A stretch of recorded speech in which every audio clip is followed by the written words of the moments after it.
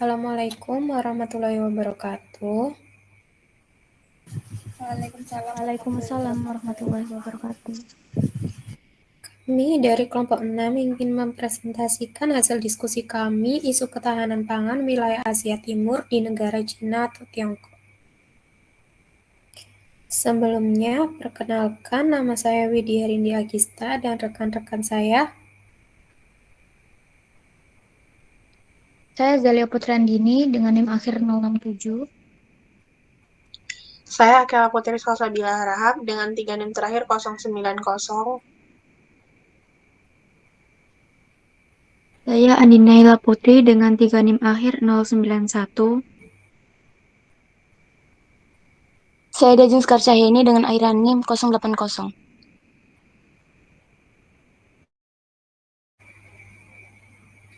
Jadi hari ini kita akan membahas tentang yang pertama pendahuluan, yang kedua faktor penyebab, yang ketiga upaya dan intervensi, yang keempat tanggapan dan solusi, dan yang kelima persamaan dan perbedaan antar jurnal. Next. Baik, yang pertama ada pendahuluan. Jadi ketahanan pangan itu merupakan isu penting di Asia Timur, terutama di negara Tiongkok karena tingginya populasi dan kompleksitas ekonomi. Nah, Tiongkok sebagai negara terpadat mengutamakan swasembada pangan, khususnya biji-bijian dan pengelolaan impor untuk menjaga stabilitas pasokan. Di bawah 80% sebagai defisit pangan, antara 80% sampai 120% itu sebagai swasembada pangan, dan di atas 120% sebagai negara surplus pangan. Sedangkan tingkat swasembada pangan Tiongkok telah menurun dari 101,8% pada tahun 2000 menjadi 76,8% pada tahun 2020. Dan selanjutnya diperkirakan akan turun menjadi 65% pada tahun 2035. Nah, jika tindakan tepat waktu tidak dilakukan, maka stabilitas pangan di Tiongkok ini tidak akan berjalan atau ketahanan pangannya akan buruk. Next.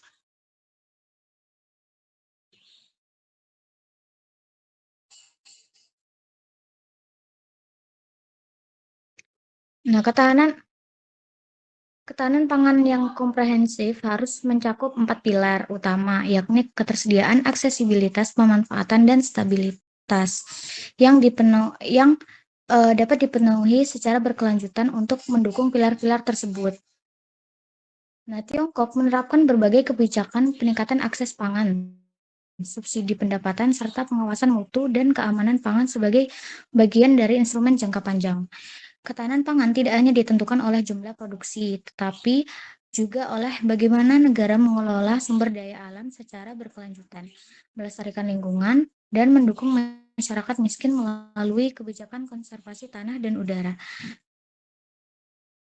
serta inovasi teknologi pertanian.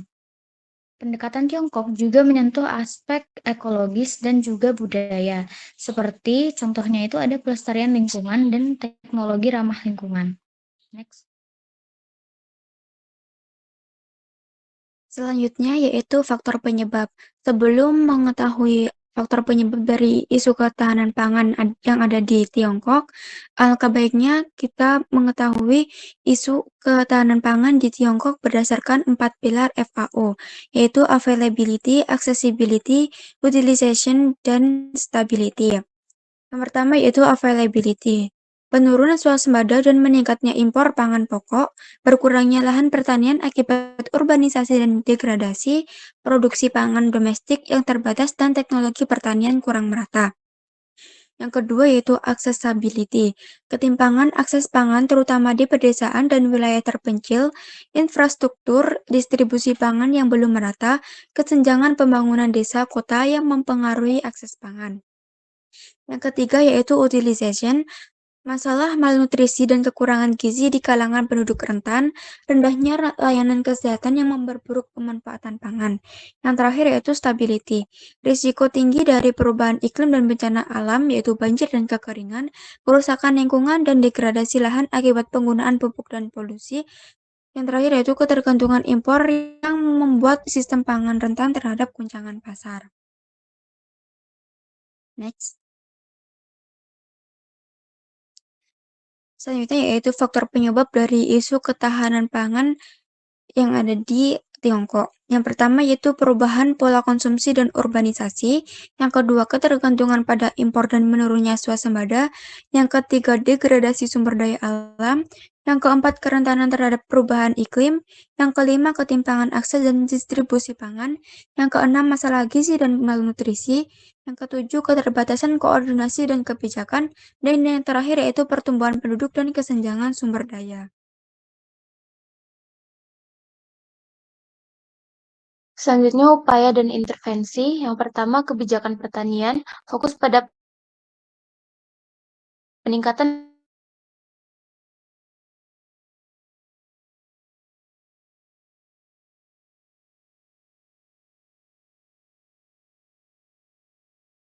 investasi teknologi pertanian ramah lingkungan, DGS, di pertanian presisi, pengujian tanah, pemupukan tepat, dan pengembalian jerami untuk meningkatkan produktivitas dan kesuburan tanah. Pengembangan varietas biji-bijian berkualitas tinggi juga diutamakan. Yang ketiga, pembangunan infrastruktur, penguatan fasilitas irigasi, transportasi, listrik, serta penyimpanan dan distribusi pangan untuk memperluas lahan dan menjaga stabilitas pasokan. Yang keempat, diversifikasi produksi dan konsumsi.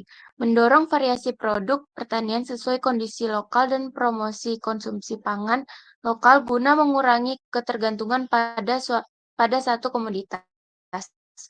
Yang kelima, dukungan petani kecil, subsidi pelatihan dan kooperasi untuk meningkatkan keterampilan dan akses pasar petani kecil, serta peningkatan pendapatan masyarakat pedesaan. Yang keenam, kebijakan perdagangan dan stabilitas. Penyesuaian kebijakan perdagangan untuk akses pasar internasional dan pengelolaan pasokan pangan demi stabilitas nasional. Yang ketujuh, pendidikan dan kerjasama. Program kesadaran masyarakat dan kolaborasi lintas sektor untuk mendukung implementasi kebijakan ketahanan pangan. Selanjutnya itu tanggapan yang pertama, ketahanan pangan di Tiongkok meningkat tetapi masih menghadapi tantangan serius, seperti distribusi tidak merata, ketergantungan pada impor, dan perubahan pola konsumsi. Lalu yang kedua, urbanisasi dan peningkatan pendapatan mendorong lonjakan permintaan pangan, khususnya daging dan produk olahan. Globalisasi merupakan fenomena yang tidak bisa dihindari di era modern ini, dan secara langsung telah mengubah dinamika ekonomi lokal di berbagai belahan dunia, termasuk di Indonesia. Masuknya produk asing, perubahan pola konsumsi masyarakat, serta ketergantungan pada teknologi global seringkali melemahkan posisi pelaku usaha lokal yang belum siap bersaing dalam skala global. Di sisi lain, globalisasi juga membuka peluang besar berupa akses pasar yang lebih luas dan pertukaran ilmu pengetahuan dan teknologi. Sayangnya, tanpa kesiapan yang memadai, pelaku ekonomi lokal justru beresiko tergusur oleh dominasi korporasi besar dan produk impor. Yang ini mencerminkan perlunya kebijakan yang tepat agar ekonomi lokal tidak hanya bertahan, tetapi mampu berkembang dan beradaptasi dengan cepat dalam menghadapi persaingan global.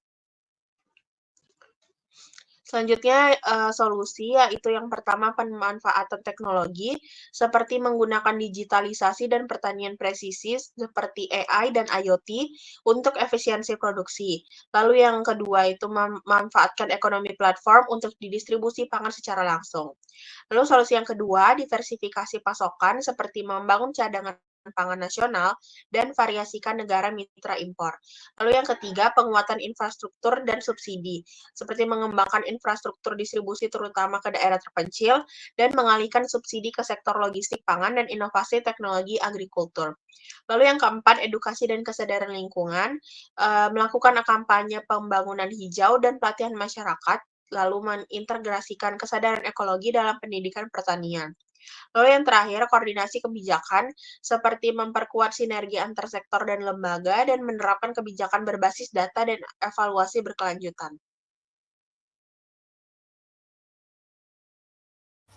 Selanjutnya ada persamaan dan perbedaan antar jurnal.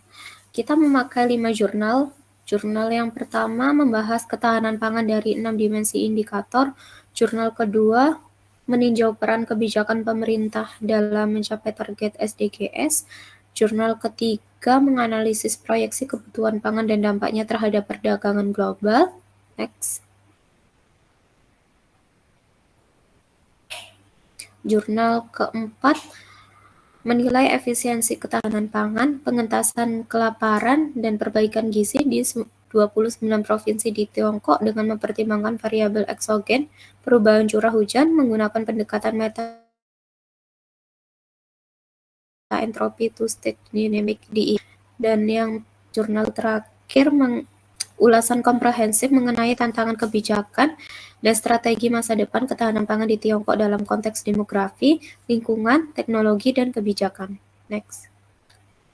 Persamaan yang pertama yaitu ketahanan pangan di Tiongkok masih menghadapi tantangan besar. Semua jurnal menyatakan bahwa meskipun Tiongkok mengalami kemajuan, ketahanan pangan masih terancam oleh berbagai faktor seperti produksi yang tidak stabil, masalah distribusi, dan ketergantungan pada impor. Next. Persamaan yang kedua yaitu penyebab utama adalah keterbatasan sumber daya, iklim, dan tekanan konsumsi. Serta persamaan yang ketiga yaitu solusi inovasi, teknologi, dan kebijakan efektif. Next. Selanjutnya adalah perbedaan. Pertama, distribusi dan input. Jurnal kedua, akses dan gizi. Jurnal ketiga, impor dan konsumsi. Jurnal keempat, efisiensi gizi dan iklim. Jurnal kelima, sistem pangan dan kebijakan. Lalu aspek yang ketiga yaitu wilayahnya sama-sama di Tiongkok, tetapi pada jurnal ketiga itu mencakup global juga, dan yang keempat itu di 29 provinsi di Tiongkok. Lalu aspek yang keempat yaitu ancaman utama. Jurnal yang pertama, ancaman utamanya di swasembada dan pupuk. Jurnal kedua, malnutrisi pedesaan. Jurnal ketiga, ketergantungan impor. Jurnal keempat, perubahan curah hujan dan gizi. Jurnal kelima, ketimpangan konsumsi produk. Lalu aspek yang terakhir yaitu solusi. Jurnal pertama, efisiensi distribusi dan regulasi. Jurnal ketiga, investasi teknologi dan kebijakan impor. Jurnal keempat, infrastruktur dan diversifikasi. Lalu jurnal yang kelima, teknologi dan reformasi kebijakan.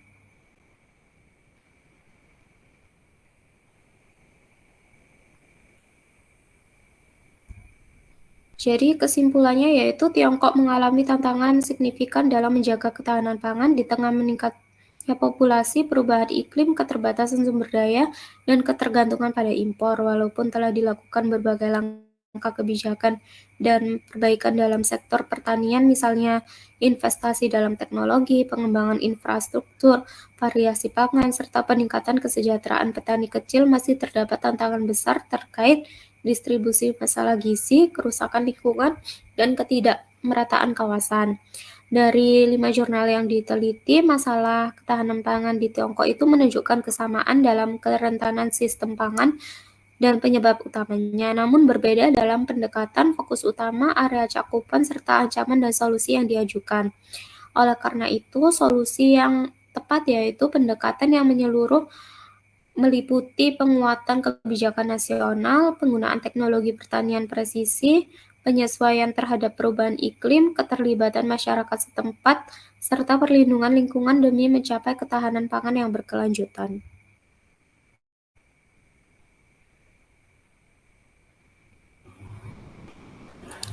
Ini referensi jurnal yang kami gunakan. Jika ada pertanyaan, boleh langsung disampaikan. Baik, Laila. Baik, terima kasih atas kesempatan yang diberikan. Jadi saya ingin bertanya, bagaimana kebijakan ketahanan pangan Cina itu mempengaruhi negara lain, terutama dalam konteks perdagangan global dan tekanan terhadap pasokan dunia? Terima kasih. Terima kasih.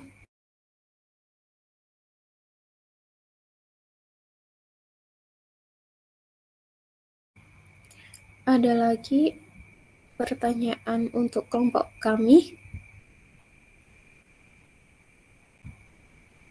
Oke, Saren, silahkan. Oke, perkenalkan, nama saya Nabila Saren Suraya dengan akhiran NIM 078. Sejauh mana perubahan iklim secara aktual telah berdampak pada hasil pertanian di provinsi-provinsi utama penghasil pangan di Cina? Baik, terima kasih. Kami izin berdiskusi terlebih dahulu.